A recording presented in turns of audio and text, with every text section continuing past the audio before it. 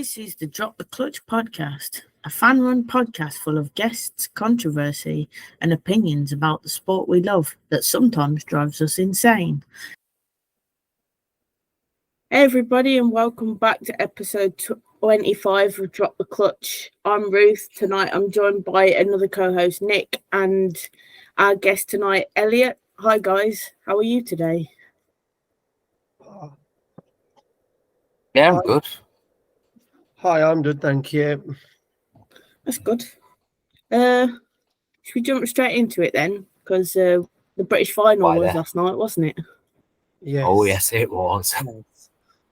I don't know if it was the British Speedway final or the British mud racing final. Yeah, it was. They were very lucky to get that meeting on last night, especially with the downpour at 7 o'clock. Mm-hmm. Yeah, definitely at the start of the meeting. I looked at the track and thought, oh, you know, just be follow the leader for the first few heats because you couldn't hardly see after the first few was in the lead. Yeah, that first heat was dreadful, wasn't it? Once that guy got out front, everyone else behind him was just caked. Yeah. But two of the riders couldn't hack it because they had to come off the track before the end. One packed up and Simon Lambert limped it round from halfway down the back straight. Yeah. I spoke to him in the pits. I think he just wanted to slow the pace down, didn't he? Because he couldn't get to. It was just not enough visibility, was there? No, he said his bike was misfiring due to the crap that had got thrown up. Fair enough. You see Daniel, he got filled in. He was literally caked in it by the time he pulled up. Yeah. Was that Daniel Hugh? Yes. Yeah. Yeah, poor kiddo. Absolutely plastered. It was so heavy that because I spoke to him earlier briefly, and he said it's the materials, like when it's so wet like that, it's so heavy. I can fully believe it. So when it like gets on the suit and that, they've got to wait until it dries off to be able to get it off. But it was like, I need this off like now because it was because I'm going out again in 4 heats. So. Yeah. So what do you think they exactly use to get all this like dirt off? Did they have some form of like brush or something? Or they've got like a stiff bristle hand brush basically. I've seen it in the GPs when they show the pit boxes. And it's like that big, stiff bristles, and they just dust themselves down with it. But I think last night they'd have just been better off getting a hose pipe out. Oh yeah. Yeah. They were already soaking wet underneath anyway, so what difference does it make? I suppose like when the material's that wet, you can't wait for it to dry, can you? Otherwise it'll get caked on and it'll dry up and it'll be impossible to get off then. So I suppose it's just a case of getting it off straight away when it's that wet. And it wouldn't have dried that quickly anyway because it was so moist in the air and it was getting colder and darker. You see Sam Hagen by the end of the meeting. Oh, poor thing. Covered in it head to foot. Well, he looked up before they needed the riders come round. I thought they'd have to put the red lights on. Oh, we got up quick, didn't they? Fair play to him. Yeah. He struggled to get the bike off. I know, but obviously, like we were saying, then you imagine how heavy and wet and grotty they are. The bike weighs more, doesn't it? And if it's seized, like there's a bit of dirt in and around the chain or sprocket, the wheels aren't going to rotate, is it? True. Like that incident with it Cole Howarth, his last race before he pulled out last night when he came crashing down, they could hardly move the bike for all the crap that was caked on it. Yeah. And I'm guessing it goes like quicksand as well, like sucks you in. I'm not honestly sure on that because like I've done a few track walks in my time, but I've never actually ridden, so or walked on anything that wet. Do you think there was an obvious line on the track as well last night? Because you could only use half of the track, couldn't you? Really, because all the dirt was all pushed out, wasn't it? Unless your name was Bewley, and then you just rode on the crest of that dirt line. Yeah. But yeah, it was bizarre seeing that small amount of the track being used, I've got to say, because as you know, I'm there week in, week out, and I see them literally knocking the fences Well, on the was it on the back strap? But they couldn't use the inside line. They had to come like through the middle because all the inside line were just no one could use. There's no grip there. And on the bends, they were all on the inside, weren't they? Yeah, they don't tend, apart from Norrick Ladorn and Dan Bewley in his first lap, they don't tend to get that close to the curb down the back straight. They're normally kicking off the advertising boards to get more speed. Yeah. You couldn't see the advertising boards after the first couple of laps anyway of E1. They were all kite on the home I know. straight. So was the camera on Eurosport last night, because they've got two. One faces towards bend 4 and one was facing towards bend 1. So that one was quite clear. And then as they've gone past to bend 1, they're getting all the roost on that camera. It was absolutely caked. Wow. I think it was during the second track grading break, somebody I knew was sat by the start line, and you should have seen it, like, by the steps to the start line. Is it like Block D? All the glass just outside the track was literally caked in it, and I was like... It was... And I heard them coming out, 3-8, and I'm like, I better move, otherwise I'm going to get covered in shale. Yeah, it's going to be a full day's work to clean everything up ready for the next one. Yeah, I was on the back straight. It was one of the, I think it was either heat 6 or heat 7, and I just did all the shower kicked off, and it all hit a group of us, and there was all covered in in shale, and it's all came off on our Proudham board, and someone's coat was got caked, all shale bites all over the coat. There was a woman in the disabled section on bend 3. That's where we was, yeah. Right. And she looked like she'd just been rolling in the track.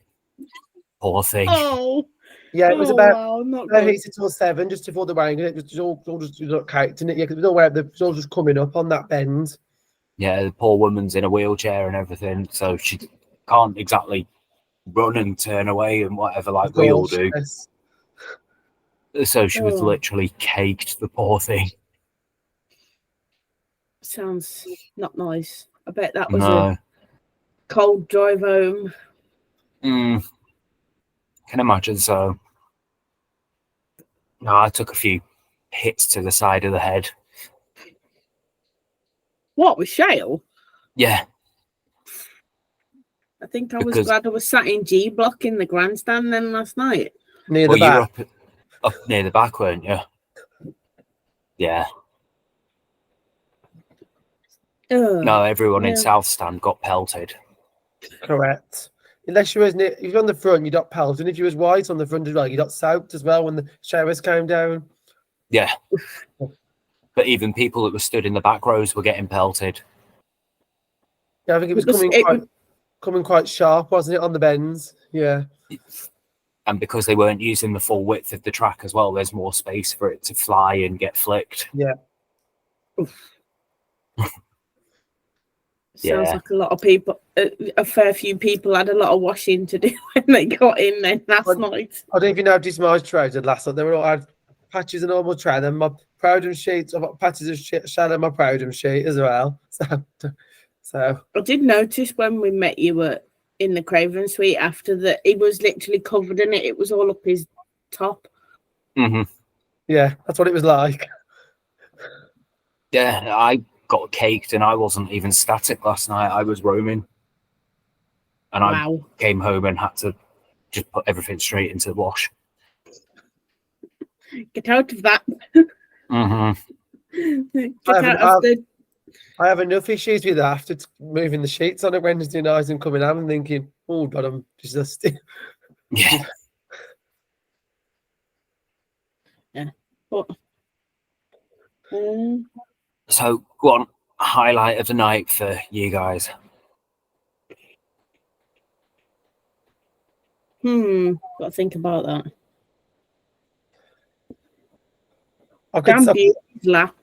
First lap in the final. The way he just coasted over the dirt. I've never seen anything like it.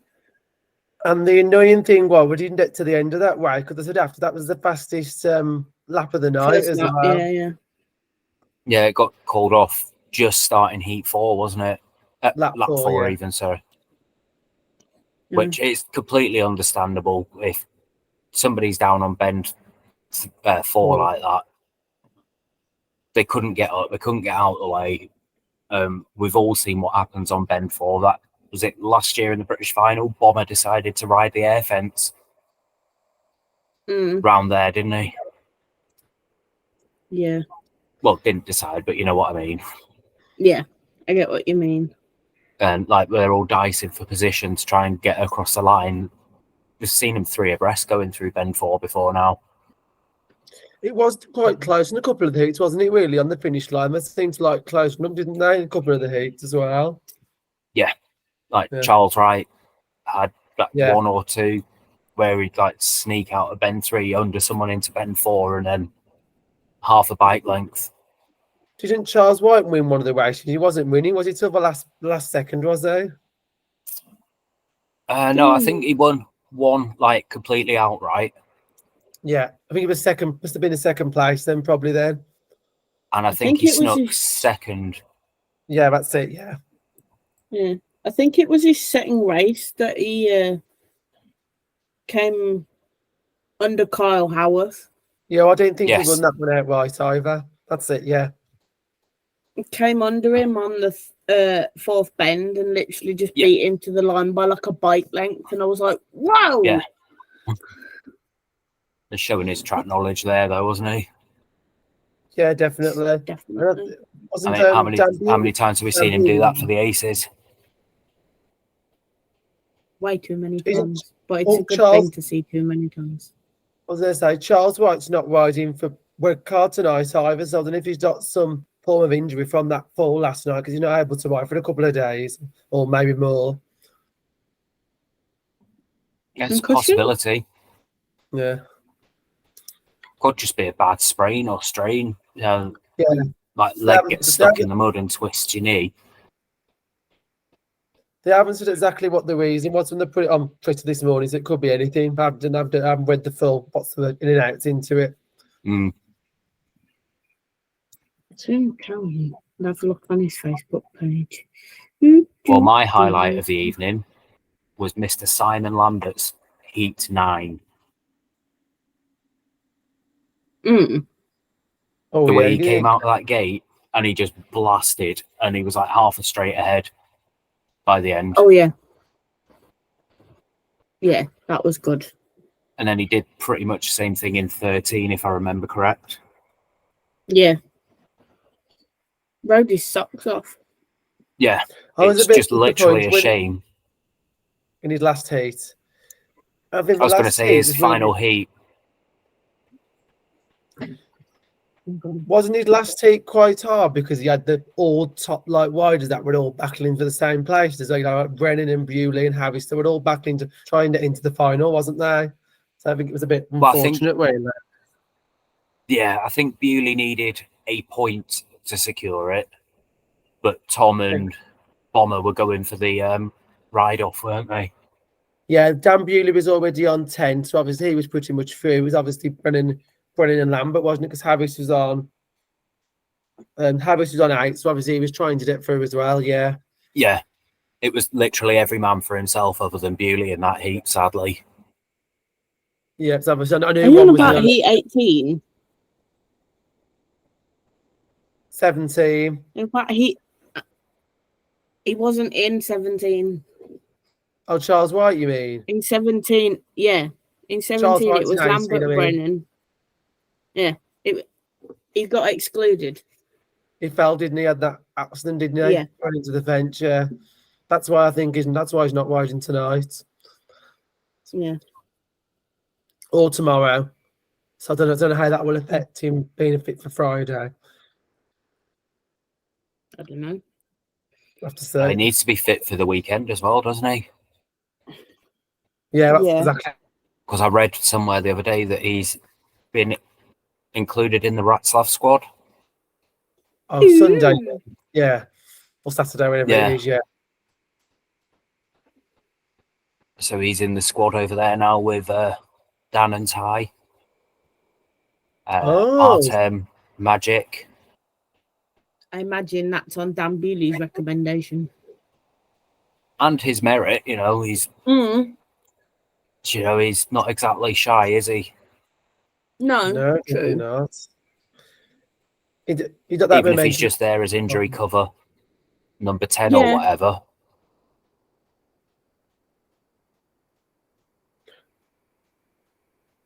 What do you think? No, somebody out from their side. Then is it that was either Nicola or somebody else? I don't know. I saw it about a week ago on the Bellevue Aces unofficial Facebook. Oh, so it's been in the pipeline then.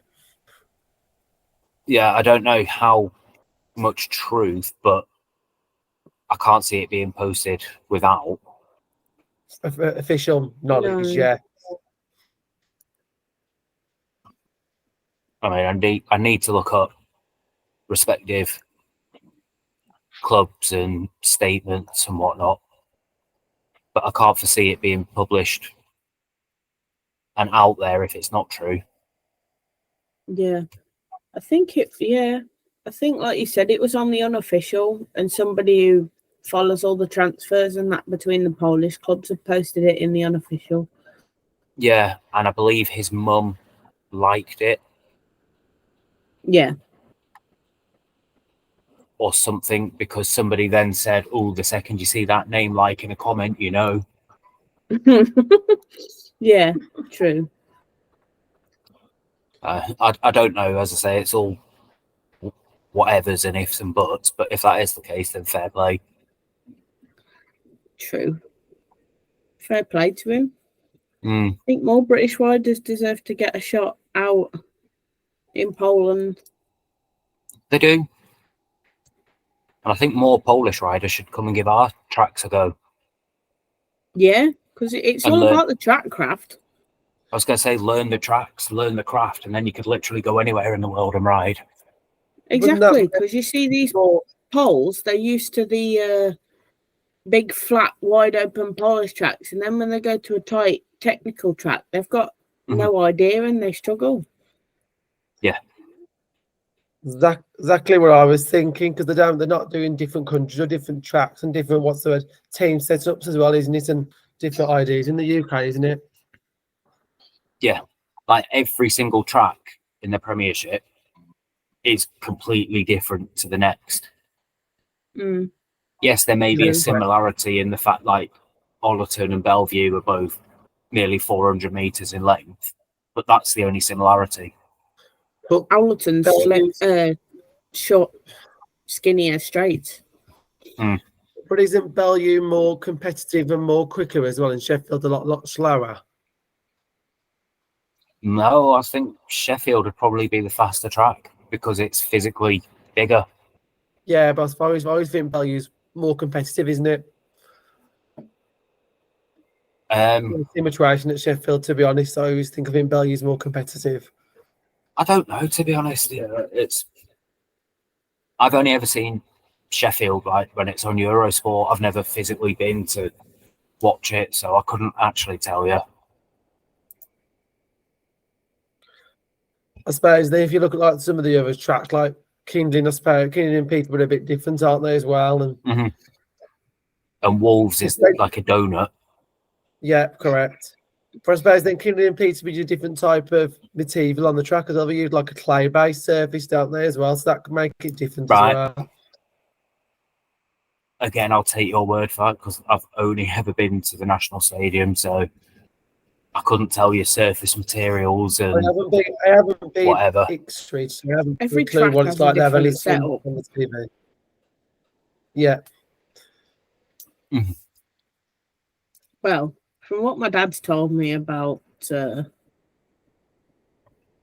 Ipswich, it's more of and from what I've seen like on BSN etc., it's more of a dirt-based sort of material. But I say every track is different, setups different, materials different, you know. And the climate as well is Yeah, but I'd love for some of these poles, the likes of Janoski, Schmarslik, Dudek, to come over here, even if it's just for a season. Oh, Janoski's ridden over here Janoski's been around quite a while, to be fair. No, I know that.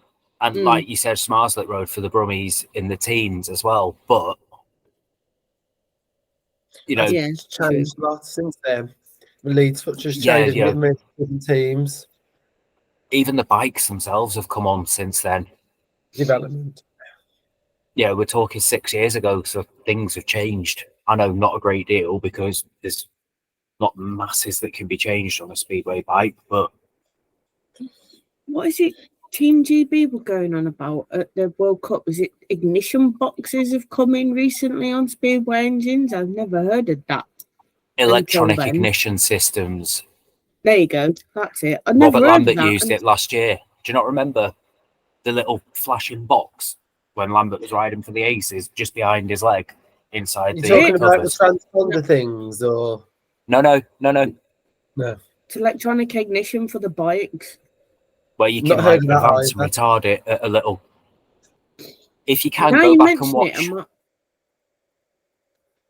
watch any of the GPs, and you'll see a little black box in the bike. It's either just behind or in front of the knee, and it's got lights on it because the transponders go on the handlebars, don't they? Because they need to be as far Yes. forward as possible. Check But the it's best somewhere speed. around the left leg, and you see them messing with it on the start line, and then they'll go up and tweak the clutch. And Right. I'll have to take closer attention to that then.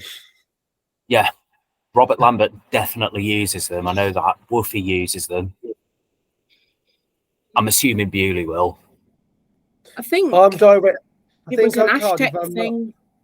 at least when I'm at Cardiff, I'm sort of on the back straight, but I'm not sort of out, not too far out centre of the start line, so I should be able to have more of a now because I'm on sort of But watch any of the highlights or I'll have a any of look the as well. Have a look GPs back. back, Yeah, and you'll see certain riders have them, certain don't. And I believe, like you said, Ruth, it's Hashtag. Yeah, because the whole of Team GB uses Aztec engines now. Right. Okay. So yeah, well, because I know, yeah. as I say, Lambert definitely had it last year because people were like, "What's that on his bike? Why is it puffing bits of steam out?"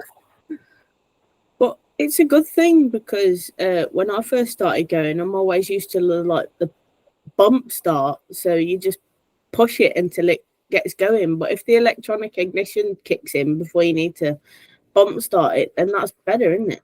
Well, they still have to push start them. They were doing that at Berwick on Saturday, the second meet, Berwick and Leicester. And one of these riders would try and push it was trying to get the grip, you have to keep pushing it on the just try and push it, then like jump on, which really hard to try and push and jump on and do it yourself, isn't it? You have to have someone to help you, don't you, really? Yeah, but they all still have to be bump started because the compression in the chamber, there's no physical like button or key like a normal motorbike to start it. That's true. Yeah. You need the support, don't you? Have somebody like your mechanic or something, yeah. Yeah. Or another rider or something. Yeah. Kickstart that reaction. Yeah. Yeah, because it's mad, isn't it, how they push start the bikes? Yeah. Yeah. And then 1 second it's flat, and then the next second you just hear a noise and be like, what? Huh? Yeah. Yeah. Sometimes they come right up to the start line, don't they? And they're like, oh, I've got 30 seconds to go and they've all packed up. What do I do? And it's like panic, Yeah, when isn't they it, stall then? it on the line. This, talking about the bikes, actually, I don't know if you've noticed recently, but belt drives are becoming more popular instead of chains. I've not noticed that at all, no.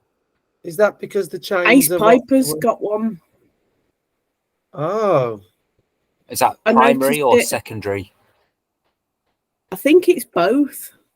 Right. It's a belt made out of Kevlar instead of a chain because they're less same as what likely you to have break. Same as what you'll have in your car on your fan belt and such like. Apparently they're less likely to break than a chain under extreme stress. I was probably thinking that because a chain can break easily, can't it? That causes a lot of issues, especially with the ones that haven't got as strong bugs, isn't it, as well? The amount of chains you see. Probably a lot cheaper and easier to swap out than a chain as well. Yeah. Yeah. I mean, the amount of snap change you see on start lines. And they're like, oh, the rider's been left at the start. They've dropped a chain. They've snapped a chain. You know, maybe it's a good. Maybe it'll be a good thing. There's always a heat losing a rider during a meeting that has that happen. Isn't the normal most of the time, or sometimes during the race. Yeah. Yeah. I think that's worse when they throw a chain mid-race. Yeah.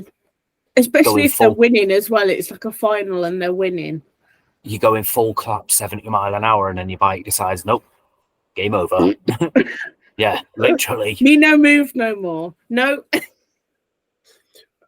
I'm going to ask something now. Would you think there was any surprises last night in who ended up being in the top 6 or the top 3? Was there any, like, because of the conditions of the track or anything like that? I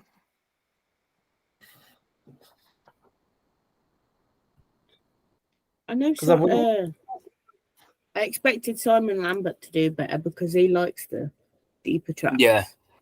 And he likes that dirt, so he can go whizzing around the outside. Honestly, I'd say Ben Barker was a shock for me because I don't know too much of him. So I'll throw my hat in and say he was a shock to have made the final, personally. Especially when he's a good trier, but especially when he hasn't been riding for, when I heard his press conference saying he hadn't been riding for like 6 weeks. To come out not being fit for 6 weeks with that pretty much sort of need him into the final is amazing. Yeah, well, that as well. Obviously, I didn't know that until after the meeting when I watched it back. But yeah, 6 weeks off the bike and he's come and done that. Fair play to him. Yeah. What could he have done if he'd have had more seat time in the probably build-up? one, knowing Ben. Yeah, you're probably right. You never know, do you? And then you look at like someone like Danny King, and that he started off really well. Then he has a couple of like, what's the word? Tricky wise in the middle. He didn't know enough to do it through. Then that was a surprise. I thought he may have been in the top 6 as well. I was shocked that Tom didn't make it through. Oh, I don't get it because Tom scored a point in every race, whereas Richard Lawson didn't. I don't get that. No, I don't understand it. He scored at least a point in every race. And like you said earlier, Brennan beat him. But then I've seen this funny thing. I don't look at points. I look at how many first and seconds you've got, which is a bit stupid as well. It should be overall points and then a ride-off. Or who beat who in a race. That's what I mean, ride-off as in. But with the 12 point situation, when you had like Barker, Wovell and Dan Bewley, Barker didn't beat Bewley and Wovell. So obviously then Barker was third. So how did they decide that one with Lawson? I don't know. No, me neither. Because Barker hadn't got a third, and then obviously Wovell and Bewley both got thirds, but Barker hadn't got one. So they obviously did that on count back, but not the other one. So it's a bit random. I don't get it. Different permutations for different places. Yeah, I don't get it. I don't make the rules. I just go and watch the sport. Yeah, fair enough. I'll leave rules that are too hard to get your head round you.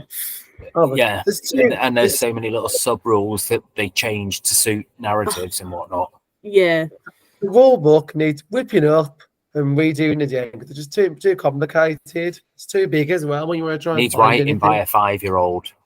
Yeah, because they'd make more sense of it. No, it would. That's what I mean. If a 5-year-old was to write it, it'd be he does this and he does this, and if he doesn't do that, then this happens. It'd be basic what you need. Yeah, because sometimes you don't need all this complex.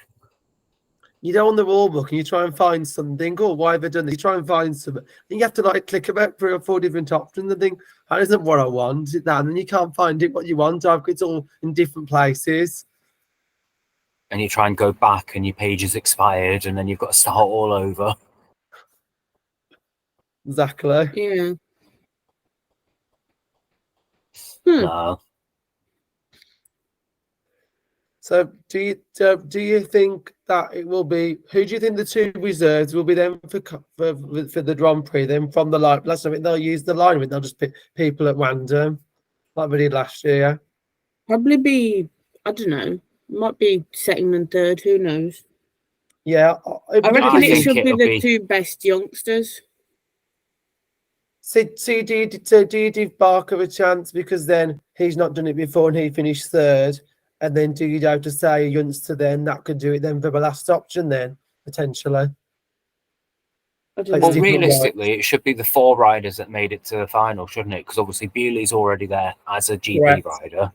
Mm. Stevie gets it as As kind of a ultimate- well done, kid. Yeah, he's already in it, so you can have it, kind correct. of thing. Because the Yeah. highest person, yeah, Yeah, and then it should be Ben and Richard yeah, Lawson. if you wanted to do it that way, because that's fair, isn't it? Obviously, they're the top 4 best in Britain. They used to Yeah, to do that at one point, and they seem to do it different the last couple of years. They used to do that. Or I don't obviously, know. if Bewley wasn't in it, then it'd be Bewley going as wild card, Yeah, correct. Stevie, and then Ben. Do you know what I mean? It should be the Barker top 3 third, yeah. / 4.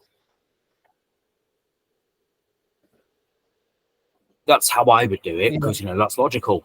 The best 4 in Britain. But then, like you said, would you not want to put someone like Freddie Hodder in?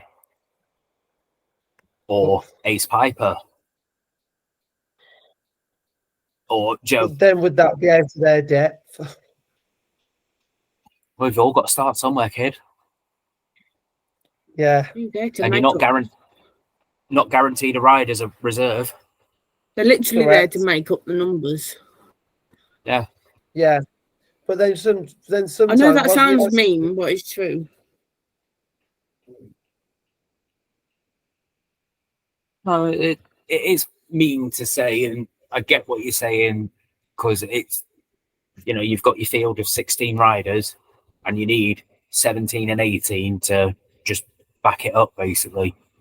Mm. And that's what happened at Latvia, didn't it, on Saturday as well? Because when they left it a bit late to pull Jack Holder out, didn't they? They promoted the reserve, didn't they, and bought another reserve, didn't they?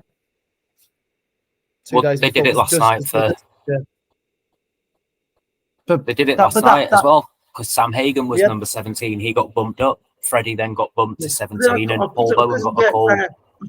I couldn't get where they got Joe Thompson from, and then I thought you've banked Sam Hagan, but then you've just brought Joe Thompson in randomly. I thought that was a bit of a do, but then obviously they hadn't put, because originally Danny Hume was number 17, but then they must have thought, oh, someone's going to drop out by Monday, we'll leave him as the reserve for the dropout. That's why you got Richie Wovels straight away. I bet he's kicking himself as well, isn't he? Yeah, because his what- brother got the. I couldn't believe it's the old saying, isn't it? You got to be in it to win it.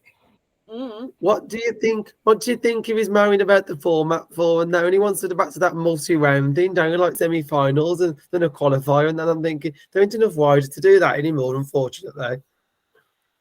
Well, there's not enough, is there?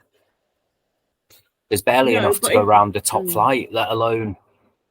Is there another problem as well that we should have won it a bit earlier in the season, so you haven't got this injury issue as well? Do you think, like, wouldn't they like at the start of the season or something? You haven't got all this issue and why Well- because they're injured.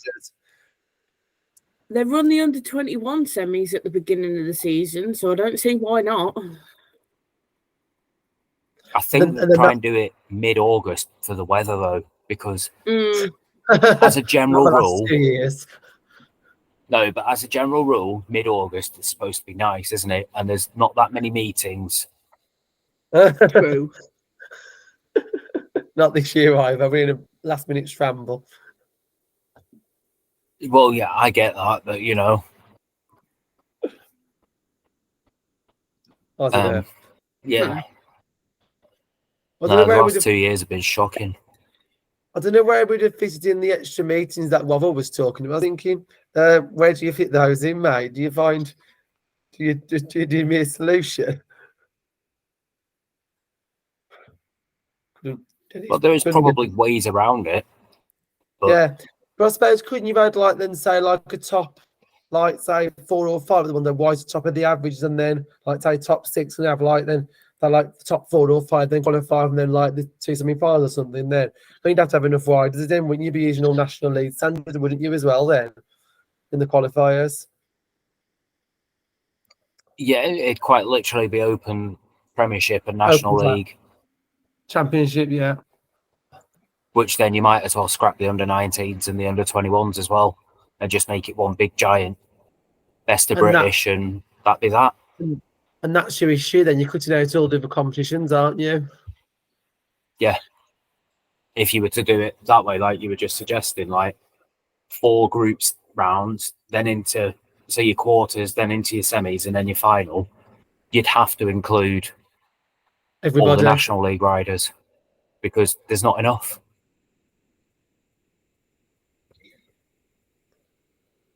I mean, it just goes to show last night how we had to have one of the Colts, well, 2 of the Colts as reserves.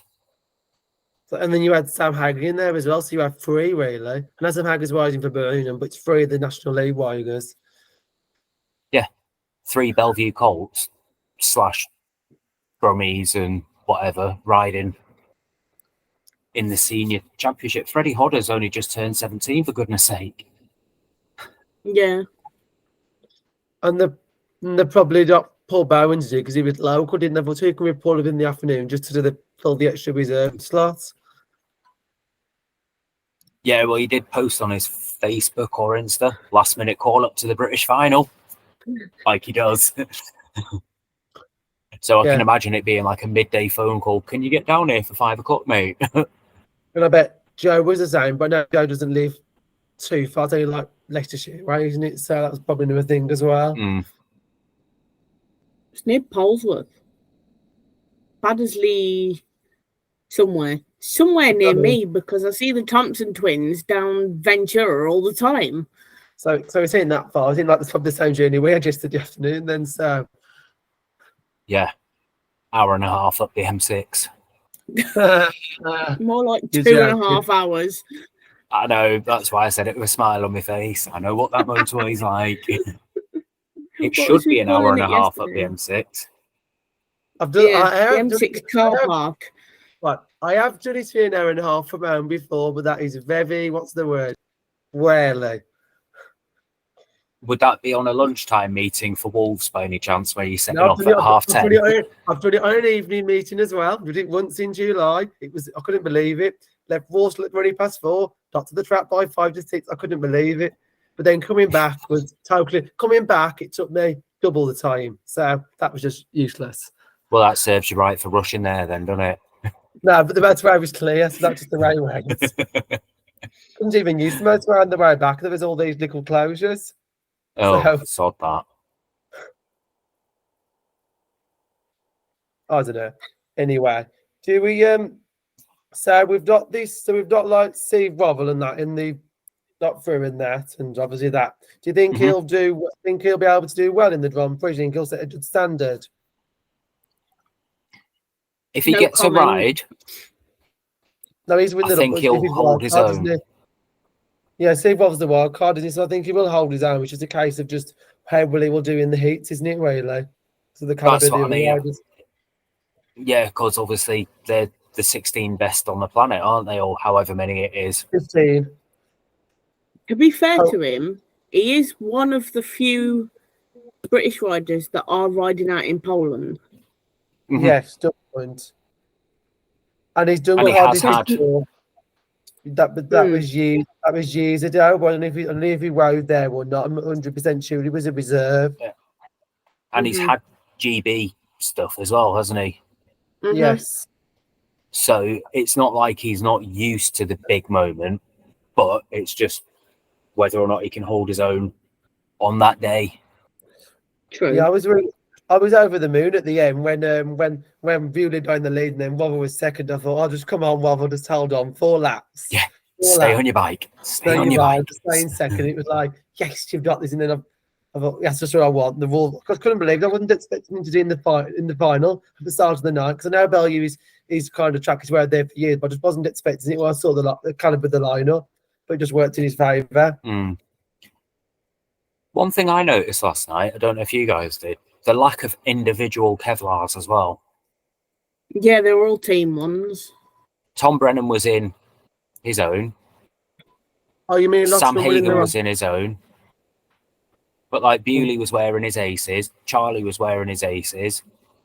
Everyone was two eating like Wolves. Ippo, Sheffield, Wolves. Yeah, they were all there. Yeah, so lots of them were wearing the team. But haven't the low riders got their own? Now, don't we just have the team ones anymore? We don't. I don't. But lots of them have their own. Do they like they used to? Because they're expensive. Well, I Exactly. understand that, but you know, like Bewley's got his own because he wears them in the GPs. Mm. But I suppose wouldn't it not be clean because he wear it Saturdays? He'd already washed and that. Or they'd be out He's in got more than Poland. one set. Yeah. Mm. He'll have Oh, more than one okay. set. I can guarantee that because I've seen him before now in GPs, caked in mud one heat, going out in a brand new set. Oh. Like, Yeah, but he's on that GP money though. yeah, like Ty literally has 2 or 3 sets of Kevlars hanging up in the back of his van for his GP days. Yeah. But it was like last night, wasn't it? Dan Bewey delayed all the press con because he waited at chain, didn't he? Come in just in his t-shirt and shorts, didn't he? And all the other riders That's came in not the fair. leathers. That's not fair. He got cornered by Eurosport. Yeah, as well. Mm.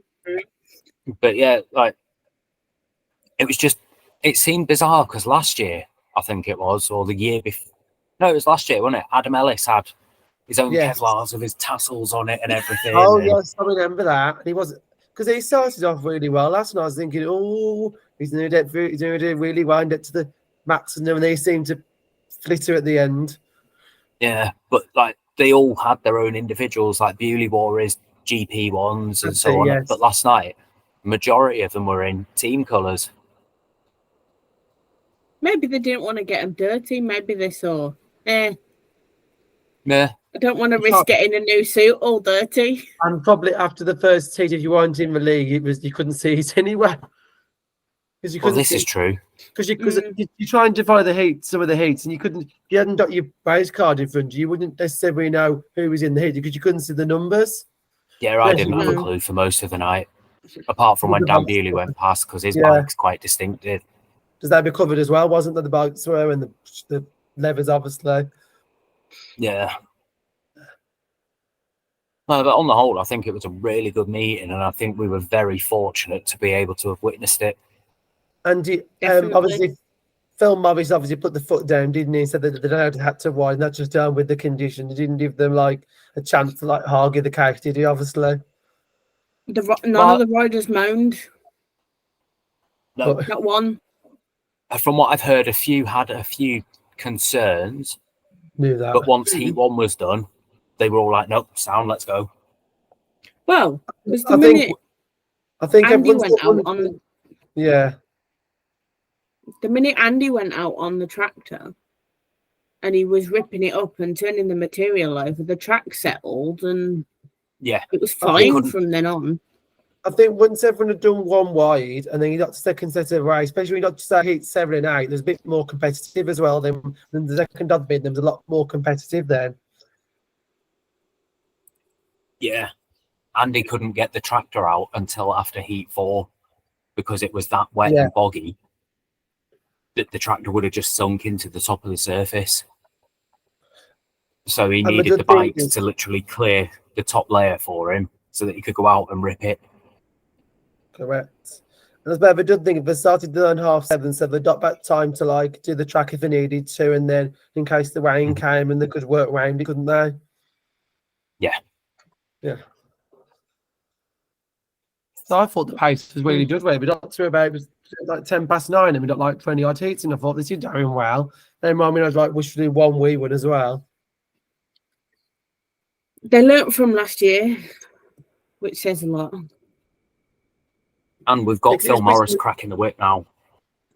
It's pretty much just over 2 hours, really, for the whole 22 heats. It went really good, really, I thought. Yeah, but let's say you got Phil Morris cracking the whip now because there was no one in charge last year, was there? Correct. No. Whereas he's got all this experience as an ex-rider. He's done the GPs for however many years. And now he's bringing it down to Premiership level going, right, just stop, listen, do this, and we'll be fine. I'm the thing surprised is- he had the nerve to go out in a white top last night, to be fair. That's what he always Yeah. wears, isn't it? Don't ever see him wear nothing else but white. I think on a I meeting. know, but because the meeting was so dirty, I'm actually quite surprised. And the fact that he got hands on and was cleaning and mucking in. Exactly. Thing is with him, he's a proper, what's the word, work hard person. He won't give up, will he? He puts his foot He's a down. He'll grafter. make sure it- grafter, yeah. And, you know, it just goes to show. My way or the highway. Yeah. That's how Phil Morris worked. And it works. Yeah, definitely. He got that meeting going. He got it. But And I it think went ahead. once you got past the first few heats, I thought it was quite good spec. So bear in mind we had those. I think that they didn't sort of ruin the track either. Then either I think that because they were going around it quite quick, work the pace was going good. Times were a couple of seconds slower. It Yeah, was like definitely. 62, 63. But But other than that, it was still pretty good. So aren't they about like say about 3 seconds slow? Lose you about just under 60, isn't it? Normal, isn't it? No. 61 to 62's average around there. Dan Oh, okay. Bewley's So it wasn't as bad as we thought then. No, the average normally it's between 60 and 61 seconds. So it is literally a second slower than normal. Maybe two. I bet they were having to use a bit of a different line on some part of the track, wasn't they, as well? Probably last night, which made it a bit tricky, didn't it? But not much trickier. Yeah. Okay. As Ruth got an old program there. Yeah. Yes. See, are you checking me up? Checking up No, on me, see if I'm no, right? I'm looking at the track record, looking at the Bellevue track record. Dan Bewley, 2019, 58.18 seconds. Mm-hmm. That is a while ago, isn't it? As well, it's surprising. No, that's why it's not probably been beat, has it? Yeah. Well, the track record at Birmingham is never going to get beat. The tracks, because they didn't have air fences when the track record was set. Yeah. Right. Hang on, I'll see if I can find it. I was going to say Because it was back in like 2008. Anyone seen the thing happened at Redcar on Friday where the track record broke twice in one night? No, because Josh Pickering broke it in Heat 4, Edinburgh, and then then later on it was 5 heats later. Connor Bailey broke it as well, but it's got like another like 0.2 or 3 seconds off it during the night. Go on, Connor. Yeah, I was a bit annoyed last night when he wasn't even listed in the lineup. I thought, where is he again? He should have been there because it was his birthday the day before. He was probably hungover. Yeah, I say he should have been there, but fair dues.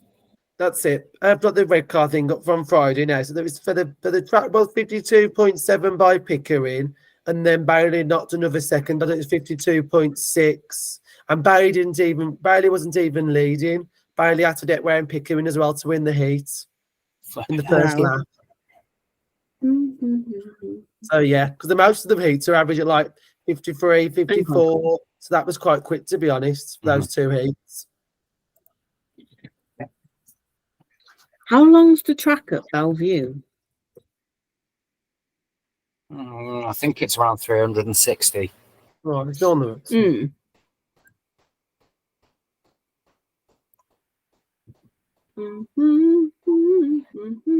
It's got it all on Wiki. Ah, thank you. I will look because I'm just looking at the Birmingham track record in comparison to Well, I'm on the Bellevue website. Birmingham. I think you have to search National Speedway Stadium on there.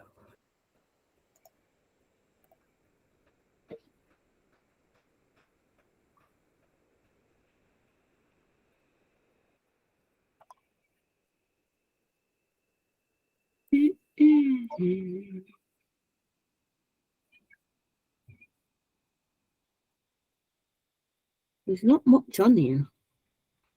No, I'm just trying to look on the value website. I can't seem to put my hands on it either. Isn't it in the program? The front in No. that section. Did you have like lose your mouse? I've got it on Google now. This is the right one. 347 meters. Oh, there you go. So the Birmingham track is quite a bit smaller. Yeah, 400, isn't it? Yeah, but Sheffield's slightly bigger. than that. 292. And you were talking about Sheffield earlier. That's 361. Oh, there you go. That's where I got the 360 from. And it was Sheffield. Then their track record has been standing since 2010, and it was Wiki Ashworth with 59.1. So it's only just quicker than Bellevue's. Yeah. Birmingham's was set way back in 2008. Yeah, because Bellevue quicker, isn't it? Like you said, Bellevue 58.8, so 51. So Bellevue quicker than Sheffield, yeah. Which is to be expected. It's A bit smaller. 15 meters shorter. Yeah. And the size of the track's a bit different as well, isn't it? It's not as long, yeah. Again, I couldn't tell you. I'll be honest. That's what did you agree with me on that, Ruth? The track size is a bit different, or? Yeah. Yeah. The track length at Birmingham is 292 metres. And the track record, this is a time before air fences were compulsory in the lower leagues. 56.6 seconds by Jason Lyons, another race's name, on the 25th of June 2008. Now, if you want me to know about one of the Wolves one, this will surprise you. So our track's 264 meters, and it's not even a Wolves. It's not even a Wolves wide at the track record at the moment. It's Niels Christian Iverson, 52.69 in 2016. Wow. And you think they never even did that? They never even did that quick at Wolves, do they? Now, so that's going to be really impossible to beat. Wow. The way slower than that, aren't they? You think about it, no, like 55 or something at Wolves, or 56 or something. So, wow, impressive. But,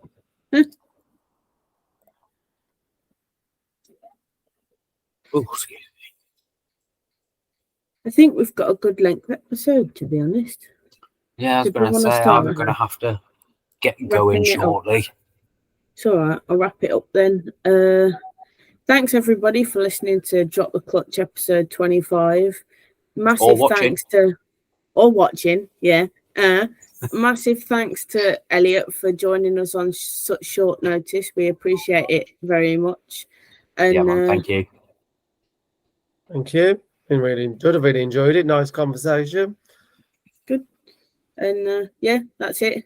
Good night from us, and we'll catch you on the next one. See you later, guys. See you on the next one. Later. Bye. You've just finished listening to another episode of the Drop the Clutch podcast. Thanks for listening. We appreciate the support. Have a good week, and we'll catch you on the next one.